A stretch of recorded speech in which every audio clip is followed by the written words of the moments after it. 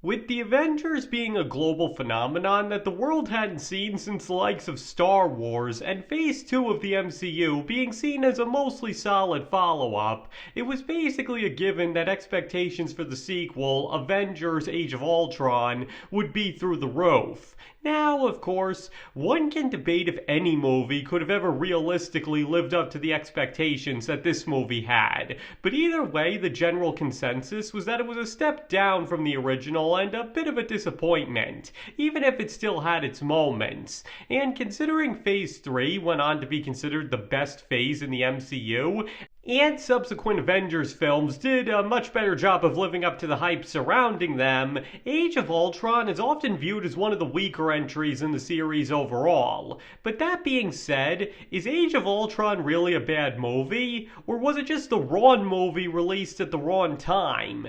And today, while trying to stay fair and objective, I'd like to try and answer that question to the best of my ability. And needless to say, there will be spoilers ahead for both Age of Ultron and pretty much any other MCU film brought up. So in case there's something you've been meaning to see and don't want ruined, you might just want to be on the lookout. Okay, so just to clarify right off the bat, I'm not trying to argue here that Age of Ultron is secretly an unsung masterpiece or something, because it isn't. Because while the Avengers had a tightly written plot that was easy to follow in spite of how complicated it could have been, Age of Ultron is a little all over the place, with the pacing having a bit of a stop-and-go effect, and sometimes getting a little too out there for your average viewer to follow. And I'm just going to say it right now, the romance between Bruce Banner and Black Widow was not needed and most definitely drags down the film. I mean, as a man who's written books, I can definitely see what they were going for, with the nerdy scientist managing to attract the beautiful femme fatale because he's the one person who doesn't lust after her like some kind of sex object, but it didn't really work in execution. If anything, they should have kept it an unspoken thing on her end exclusively, rather than something that was given major focus. Though the idea of the Avengers having a way of calming the Hulk down and turning him back to Banner on command wasn't a bad idea and honestly could have made for a good subplot on its own. And in addition to all of that, her revealing that she was rendered sterile as part of her training wasn't needed either, even if it is unfortunately accurate to real life.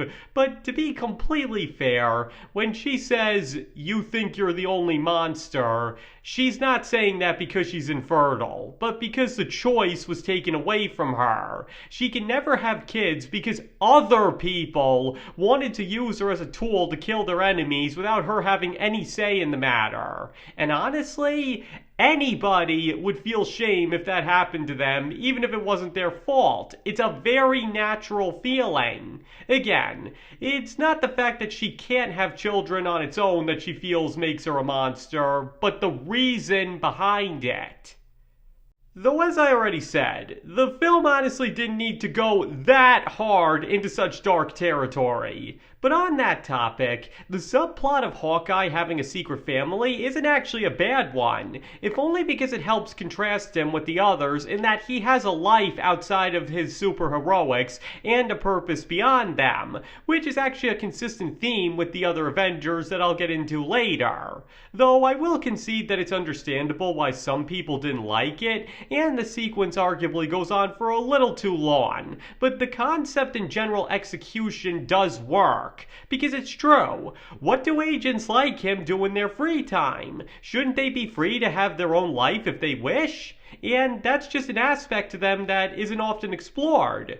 But if we didn't get that, then more time with Thor in the cave trying to recapture his vision would have taken his place. And considering that's some of the weirdest scenes in the film, it's probably for the best that Joss Whedon chose to focus on the farm instead.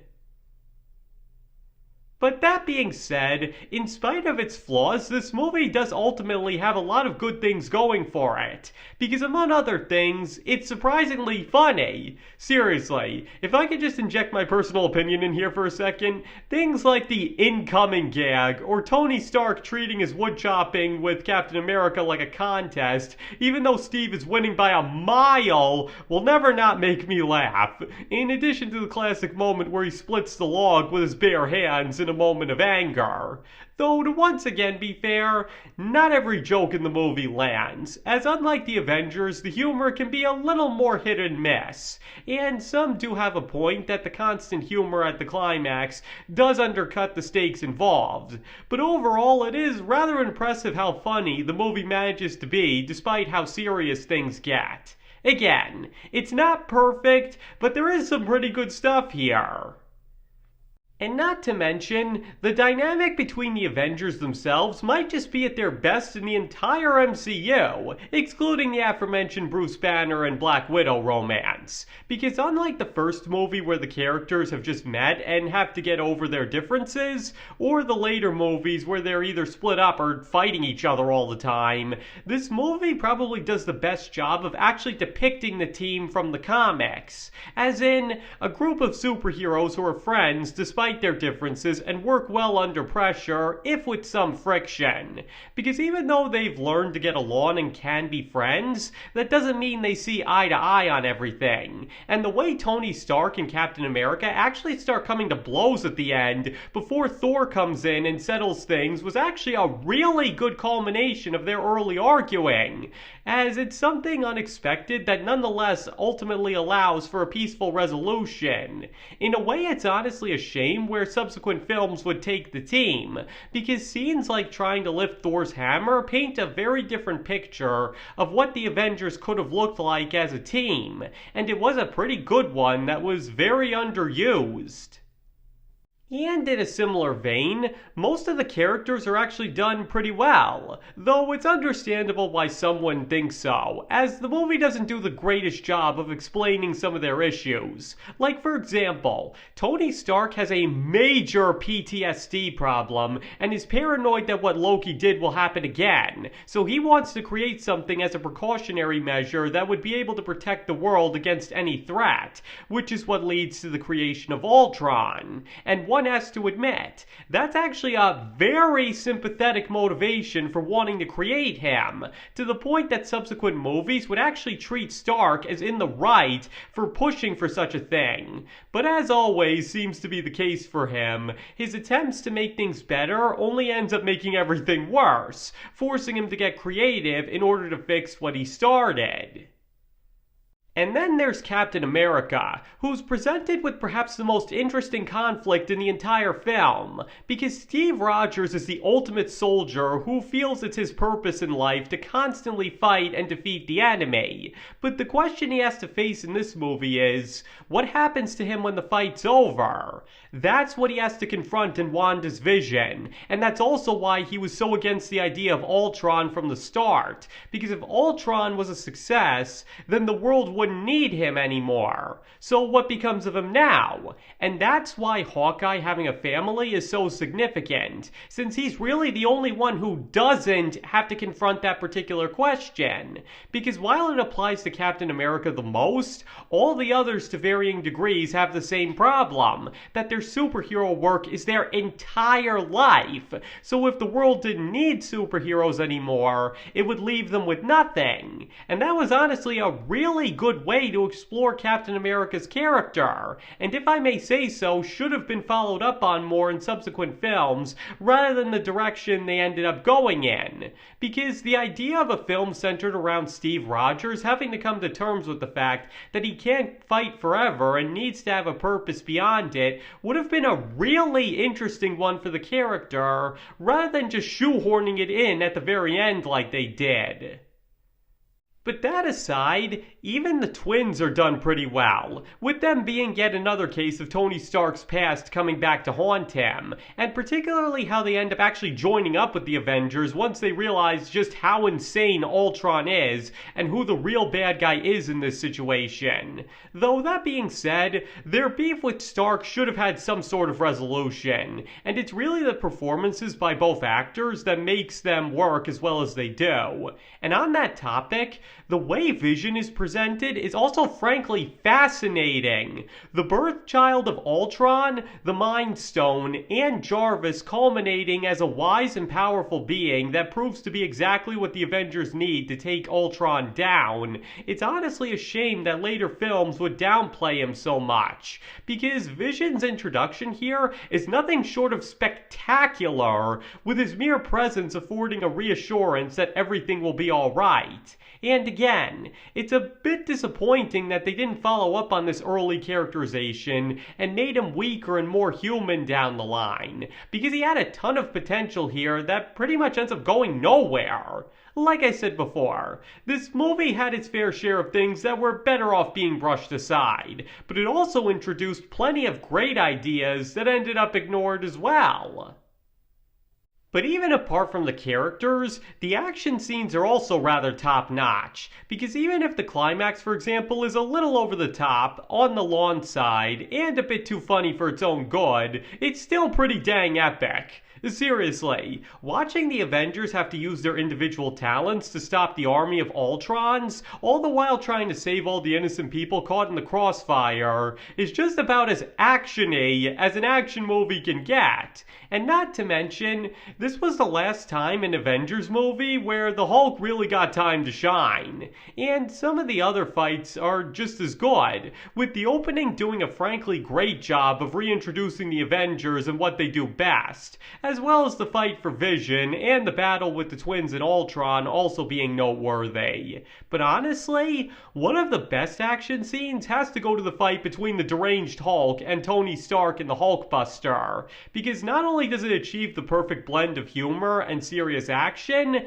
but it's also interesting in that it's hard to predict who's going to win, because the fight could honestly go either way, with the Hulk having raw strength and rage and Stark having intelligence, which is ultimately enough to win out in the end, even if he put up a good fight. Seriously, any Hulk fight is a good fight, but this may just be one of the best Marvel has to offer.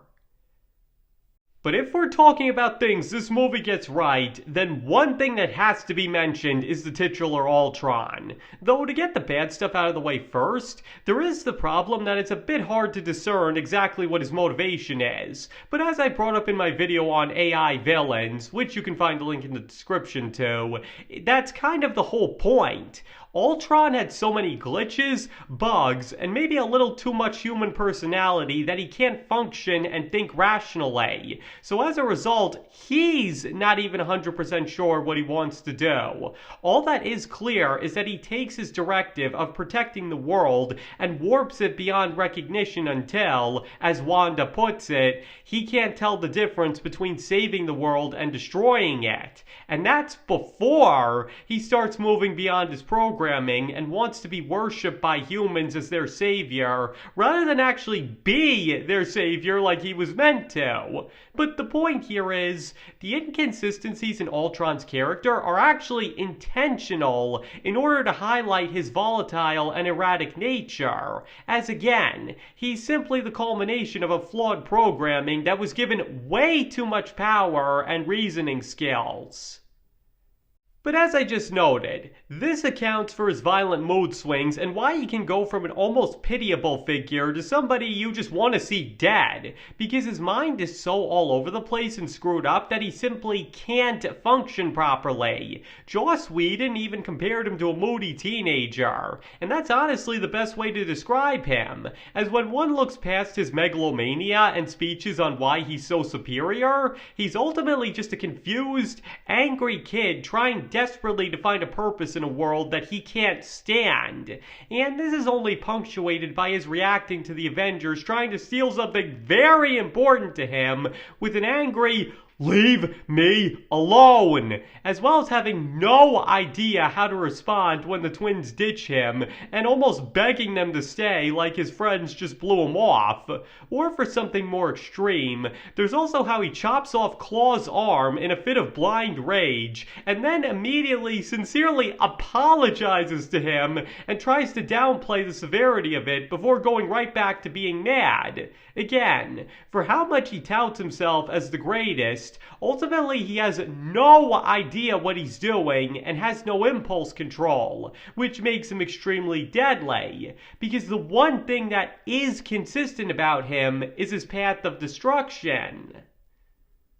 But what really makes him a great villain is James Spader's performance. Seriously, if it weren't for his sheer commitment and dedication to Ultron's every word and action, he probably wouldn't be nearly as fascinating to watch. It was even said that Elizabeth Olsen had a hard time filming his scenes because she was so captivated by his performance that she kept looking at his face instead of where she was supposed to. And that's very easy to believe because his performance is just that compelling. He was initially only cast as Ultron's voice, but he insisted on doing the motion capture too, and it's honestly a good thing he did, because he totally nailed the character. As I just said, very few other people besides Spader could have taken a character as confusing and erratic as Ultron and made him so mesmerizing, especially because he fully commits to whatever he needs to at any particular moment, whether he's acting surprisingly human and sympathetic or just being an out-and-out rage monster.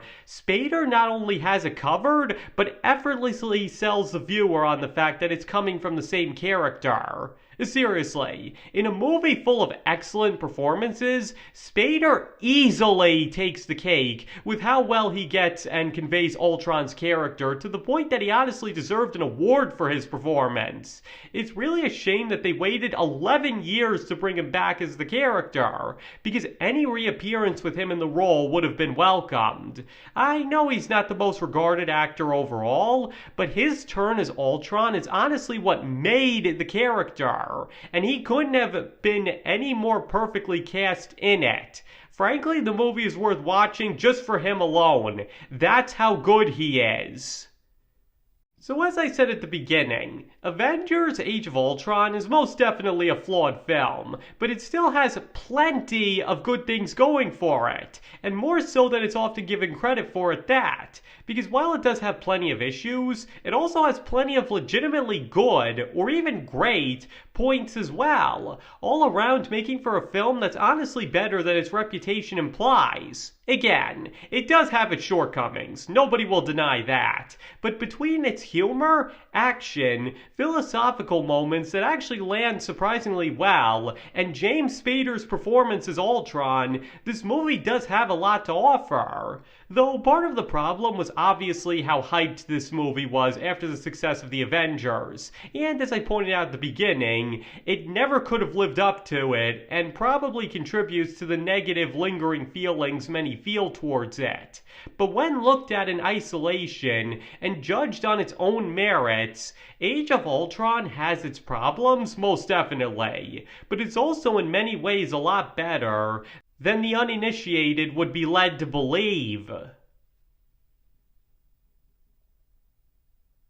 Okay, I think I've more than made my point here. So now give me your opinions. Do you believe that Avengers Age of Ultron is a flawed movie that's nonetheless actually pretty good when you get right down to it and deserves to be better remembered as such? Or do you think it's simply average and that I'm giving it way too much credit? Please feel free to let me know in the comments below, because you don't have to agree with anything I said in this video if you don't want to. As I even repeatedly brought up, everybody is entitled to their own opinion, so if you happen to think I couldn't have been any more wrong, that's completely fine, and I've got no issue with you if you do. And thank you all for watching. I greatly appreciate it, and I hope to see you all next time.